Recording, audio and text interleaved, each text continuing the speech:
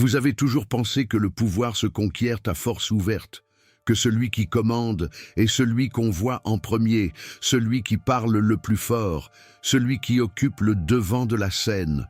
On vous a montré des leaders charismatiques, des discours enflammés, des gestes larges, et vous avez conclu que c'était là la forme du pouvoir. Mais il y a une autre forme, plus ancienne, plus efficace, plus rare, celle que Machiavel décrivait dans les marges de ses textes, entre les lignes que les princes utilisaient sans jamais les citer à voix haute. Une forme de pouvoir qui n'a pas besoin d'être vue pour être totale, qui opère dans l'ombre non par lâcheté, mais par intelligence supérieure, qui ne réclame rien et obtient tout. Ce que vous allez lire n'est pas enseigné dans les écoles. Ce n'est pas ce que les livres de management vous vendent avec leur couverture brillante. C'est quelque chose de plus vieux, de plus froid, de plus vrai. Les hommes qui ont réellement tenu le monde, entre leurs mains, pas ceux qu'on voit sur les photos officielles, mais ceux qui décidaient de ce qui y figurerait, connaissaient ces lois. Ils les appliquaient en silence. Et ils gardaient leur pouvoir intact pendant que les hommes visibles tombaient les uns après les autres. Êtes-vous prêt à comprendre comment fonctionne le pouvoir réel? Pas le pouvoir de façade, pas le pouvoir d'apparat, le pouvoir qui dure, le pouvoir qui ne dépend ni des applaudissements, ni de la popularité, ni de la visibilité. Le pouvoir qui appartient à celui qui sait voir sans être vu, agir sans être identifié, influencer sans être remercié et préférer cela à toute reconnaissance publique. Partie 1. La loi de l'invisibilité stratégique. La première et la plus fondamentale des lois interdites de Machiavel est celle que personne ne veut entendre parce qu'elle contredit tout ce qu'on vous a appris sur l'ambition. Plus vous êtes visible, plus vous êtes vulnérable. La visibilité crée des cibles. Elle crée des ennemis. Elle crée des attentes auxquelles vous devrez tôt ou tard faillir. Elle crée surtout des imitateurs et des saboteurs, deux catégories de personnes qui n'existent que parce que vous avez eu l'imprudence de montrer où vous alliez. Machiavel observait les cours italiennes du XVe siècle avec une acuité terrifiante. Il voyait les princes les plus brillants tomber, non pas parce qu'ils manquaient d'intelligence ou de ressources, mais parce qu'ils avaient rendu leur puissance trop visible. Ils avaient montré leurs cartes, ils avaient affiché leurs intentions, ils avaient permis à leurs ennemis de se préparer, de s'allier, de répondre. Et dans un monde où l'information est une arme, montrer son jeu est une forme de suicide. L'homme qui comprend la loi de l'invisibilité stratégique ne disparaît pas, il se rend difficile à lire. Il est présent, mais opaque. Il agit, mais d'une façon que personne ne peut anticiper. Il avance, mais par des chemins que ses adversaires ne pensent pas à surveiller. Il laisse d'autres être visibles à sa place, et ces autres absorbent les critiques, les jalousies, les tentatives de déstabilisation qui lui auraient été destinées. La question n'est pas « comment puis-je me faire remarquer ?» La question est « comment puis-je obtenir ce que je veux sans que personne ne comprenne que c'est moi qui l'ai voulu ?» Voici la première application pratique. Dans n'importe quelle situation, professionnelle, sociale, personnelle, avant d'agir, demandez-vous « est-il nécessaire que je sois identifié comme la source de cette action ?» Souvent, la réponse est non. L'important est le résultat, pas la signature. Apprenez à laisser les résultats parler sans y mettre votre nom. Apprenez à permettre aux autres de s'attribuer la victoire, car pendant qu'ils font cela, vous avancez vers la suivante sans qu'ils s'en aperçoivent. Partie 2. La loi de l'information asymétrique. La deuxième loi est celle que les services de renseignement du monde entier ont codifiée, mais que Machiavel avait formulée bien avant eux. Celui qui sait plus que l'autre, sans que l'autre le sache, détient un avantage structurel absolu dans toute interaction. Pas un avantage momentané, un avantage de fond, permanent, qui se renforce avec le temps. Dans toute négociation, toute relation, toute confrontation, il y a une asymétrie d'information. Quelqu'un sait quelque chose que l'autre ignore. Et cette asymétrie détermine, plus que tout autre facteur, qui détient réellement le pouvoir. Pas le pouvoir formel, pas le titre, pas le grade, le pouvoir réel. Machiavel conseillait au prince d'observer constamment, d'écouter plutôt que de parler, de poser des questions plutôt que de faire des déclarations. Non par timidité, par stratégie d'accumulation d'informations. Chaque conversation est une opportunité d'apprendre quelque chose sur votre interlocuteur que lui-même ne réalise pas qu'il est en train de révéler. Ses peurs, ses désirs, ses points de rupture, ses loyautés, ses ambitions cachées. L'homme ordinaire entre dans une interaction en pensant à ce qu'il va dire. L'homme qui comprend la loi de l'information asymétrique entre dans une interaction en pensant à ce qu'il va apprendre. Et cette différence de posture change tout parce qu'elle signifie que pendant que l'autre parle et s'expose, vous collectez silencieusement les données qui vous permettront, quand le moment sera venu, de vous positionner exactement là où vous devez être. En pratique, cela ressemble à ceci. Dans une réunion importante, parlez en dernier ou quasi-dernier. Laissez les autres exposer leurs positions, leurs arguments, leurs inquiétudes. Notez-les. Notez aussi ce qu'ils ne disent pas. Les silences sont souvent plus informatifs que les mots. Notez les contradictions entre ce qu'ils affirment et ce que leur corps communique. Notez qui regarde qui quand une décision délicate est sur la table. Quand vous intervenez enfin, vous parlez avec la totalité de ces informations disponibles. Vous pouvez calibrer exactement ce qu'il faut dire pour atteindre chaque personne présente. Vous pouvez éviter les résistances que vous avez identifiées. Vous pouvez rejoindre des préoccupations que vous avez entendues s'exprimer. Et pendant que les autres se demandent comment vous avez réussi à si bien lire la situation, vous savez que vous n'avez fait que les écouter plus attentivement qu'ils ne s'y attendaient. Partie 3. La loi du masque utile. La troisième loi est la plus mal comprise, la plus souvent mal appliquée et pourtant l'une des plus puissantes. Machiavel l'énonçait ainsi dans Le Prince. Il est nécessaire de savoir bien se déguiser en renard et être grand simulateur et dissimulateur. Il ne parlait pas de malhonnêteté au sens banal. Il décrivait une compétence de survie et de pouvoir que tous les grands joueurs d'échecs long terme ont toujours maîtrisé. Le masque utile n'est pas un mensonge.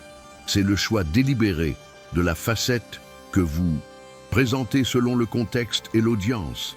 C'est la compréhension que vous n'êtes pas obligé de tout montrer à tout le monde.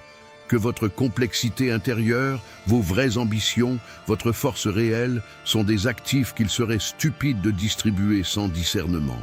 Pensez à l'eau. Elle n'a pas de forme propre. Elle prend la forme du récipient qui la contient. Est-ce de la faiblesse? Non. C'est une adaptabilité parfaite qui lui permet de pénétrer partout, de remplir tout espace, de trouver le moindre chemin. L'homme qui comprend la loi du masque utile fait de même. Avec certains, il est chaleureux et accessible. Avec d'autres, froid et technique. Avec certains, il parle de valeur. Avec d'autres, il parle de chiffres, non par incohérence, par intelligence contextuelle. Ce qui ne change jamais, c'est son centre, ses objectifs réels, sa direction fondamentale. Le masque change, l'âme reste. Et c'est là la distinction cruciale entre le stratégiste puissant et le manipulateur vide. L'un a un centre vers lequel tout converge, l'autre est creux et change pour changer. Comment appliquer cela? En développant ce que les acteurs appellent la conscience de la scène. Avant d'entrer dans n'importe quel environnement social, posez-vous la question. Qui sont les personnes présentes? Qu'est-ce qu'elles valorisent? Qu'est-ce qu'elles craignent? Quelle version de vous-même leur sera la plus utile pour atteindre vos objectifs? Puis, jouez ce rôle, non pas en sacrifiant votre intégrité, mais en sélectionnant, dans la palette de ce que vous êtes réellement, ce qui est le plus approprié au contexte. Partie 4. La loi de la patience comme arme. La quatrième loi est celle que le monde moderne rend la plus difficile à appliquer, et donc celle qui confère l'avantage le plus distinct à ceux qui y parviennent. Machiavel observait que la plupart des hommes se précipitent. Ils agissent trop tôt, ils montrent leurs mains trop vite, ils concluent des alliances avant de comprendre le terrain. Ils attaquent avant que leurs adversaires soient suffisamment affaiblis. Et ils perdent, non pas par manque de force, mais par manque de patience. La patience stratégique est fondamentalement différente de la passivité. La passivité est l'absence d'action par peur ou par paresse. La patience stratégique est l'absence d'action prématurée par intelligence. C'est la capacité à contenir son énergie, à ne pas la disperser avant que le moment soit juste, à attendre que les conditions vous soient favorables avant de vous révéler. Dans la nature, les prédateurs les plus efficaces ne sont pas les plus rapides ou les plus forts. Ce sont les plus patients. Le crocodile qui attend des heures, immobile, avant que sa proie soit exactement dans la position qu'il faut. L'araignée qui tisse sa toile et attend, sans anxiété, sans impatience, jusqu'à ce que quelque chose vienne s'y prendre. Ils ne dépensent pas leur énergie en mouvements inutiles. Ils la conservent pour l'unique moment qui compte. Dans vos interactions quotidiennes, la patience stratégique ressemble à ceci. Quand vous sentez le besoin urgent d'agir, de répondre, de confronter, de prendre position, demandez-vous, est-ce le bon moment? Les conditions me sont-elles favorables? Ai-je suffisamment d'informations? Ou est-ce l'impulsion qui parle, pas la stratégie? Souvent, attendre 24 heures change complètement la donne. Ce qui semblait urgent ne l'est plus. Ce qui semblait une opportunité unique en révèle une meilleure. Ce qui semblait un adversaire puissant se révèle en train de s'affaiblir seul. Machiavel écrivait que le prince le plus dangereux n'est pas celui qui attaque le plus vite, mais celui que personne ne peut prédire.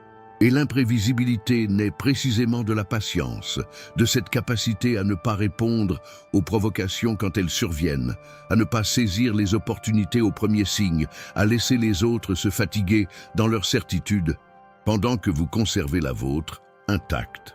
Partie 5. La loi des alliances calculées. La 5e loi est celle que les amateurs de politique comprennent superficiellement, mais que les maîtres du pouvoir appliquent avec une précision chirurgicale. Machiavel le formulait sans détour. Il n'existe pas d'alliés permanents, seulement des intérêts alignés temporairement. Et celui qui traite une alliance comme une amitié perdra invariablement contre celui qui la traite comme un contrat conditionnel. Cela ne signifie pas qu'il faut être cynique envers tout le monde. Cela signifie qu'il faut être précis. Certaines personnes dans votre vie méritent une confiance profonde, pas parce qu'elles vous aiment, mais parce que leurs intérêts sont structurellement alignés avec les vôtres sur le long terme. Ces alliances sont rares et précieuses. La plupart des autres sont des alliances de circonstances, utiles dans un contexte donné, inutiles ou dangereuses dans un autre.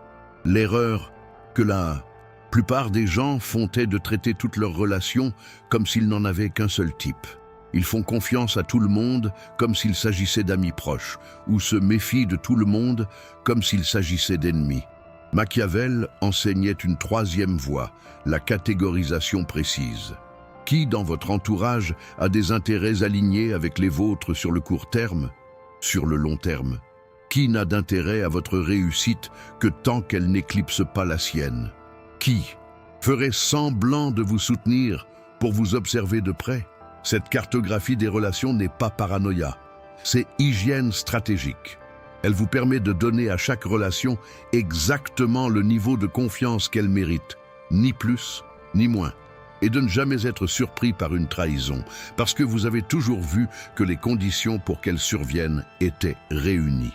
En pratique, passez en revue vos 10 relations les plus importantes. Pour chacune, posez-vous honnêtement la question: qu'est-ce que cette personne gagne à mon succès? Qu'est-ce qu'elle perd? Si les 2 réponses sont claires, vous savez exactement comment calibrer votre confiance. Si vous n'arrivez pas à répondre, vous avez un angle mort que quelqu'un d'autre est peut-être déjà en train d'exploiter. Partie 6, la loi de la récompense différée. La 6e loi est peut-être la plus contre-intuitive. Elle dit: ne réclamez jamais votre dû immédiatement. Laissez les dettes s'accumuler. Laissez les gratitudes se déposer. Et encaissez-les au moment où leur valeur est maximale, c'est-à-dire quand vous en avez le plus besoin, pas quand elles vous sont offertes. Machiavel observait que les hommes de pouvoir les plus habiles ne réclamaient jamais leurs faveurs à chaud. Ils laissaient l'obligation flotter dans l'air, non dite, mais présente. et cette obligation non encaissée était souvent plus précieuse que l'obligation réglée, parce qu'elle maintenait un lien de dépendance. Diffuse un sentiment chez l'autre qu'il devait quelque chose, qu'un jour il faudrait rembourser. Cela ressemble à de la manipulation, et cela l'est dans un sens. Mais il faut comprendre que toute relation humaine est structurée autour d'échanges, explicites ou implicites. Celui qui est conscient de cette mécanique et qui la gère intelligemment n'est pas moins moral que celui qui l'ignore. Il est simplement plus lucide, et cette lucidité lui donne un levier que les autres n'ont pas. En pratique, quand vous rendez un service significatif à quelqu'un, ne demandez pas de contrepartie immédiate. Laissez-la venir d'elle-même, ou gardez la conscience de ce service comme une ressource pour l'avenir. Ne parlez pas du service rendu. Laisser quelqu'un oublier ce qu'il vous doit est une erreur. Laissez la dette vivre en lui doucement, sans l'articuler, mais n'oubliez pas vous-même qu'elle existe.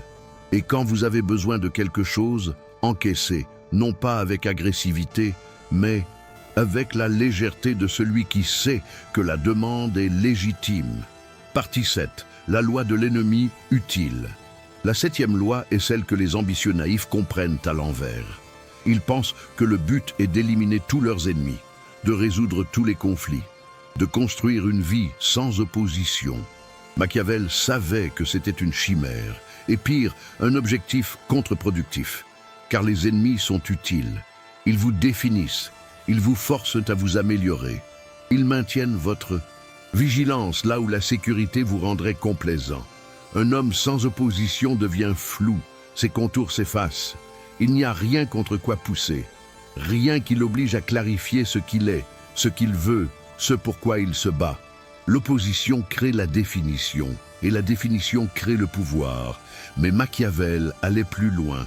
Il ne disait pas seulement de tolérer ses ennemis, il disait de les choisir avec soin. Un bon ennemi est quelqu'un dont l'opposition vous élève, dont les descentes critiques, même si elles sont malveillantes, contiennent quelque chose d'utile, dont la présence vous empêche de vous endormir dans la satisfaction de vous-même.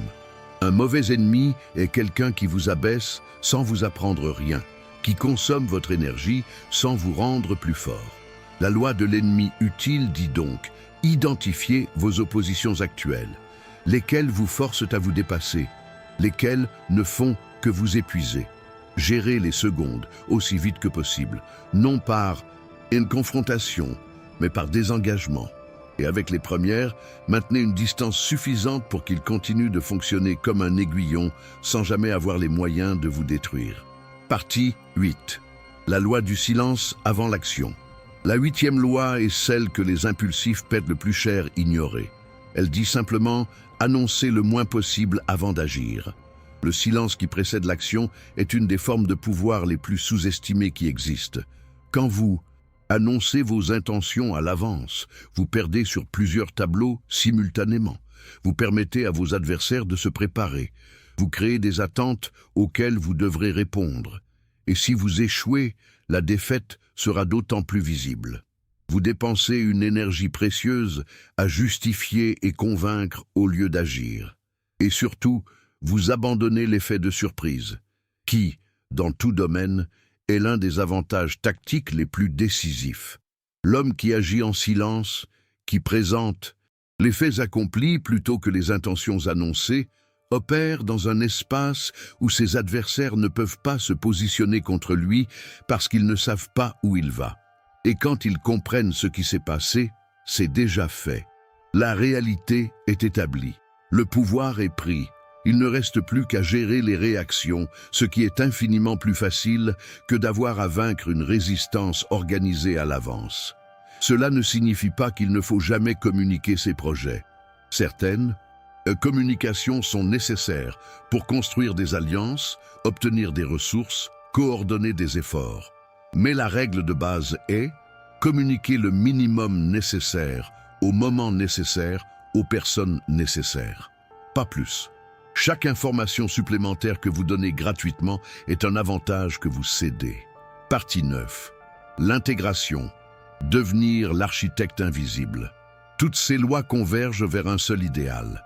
Devenir l'architecte invisible de votre propre vie et dans une certaine mesure de l'environnement dans lequel vous évoluez. Non pas le personnage visible que tout le monde voit, mais la main qui a conçu le cadre dans lequel les autres jouent leur rôle. C'est ce que Machiavel admirait chez les grands stratèges de l'histoire. Non pas leur visibilité, mais leur capacité à façonner les conditions du jeu avant même que les autres réalisent qu'un jeu était en cours.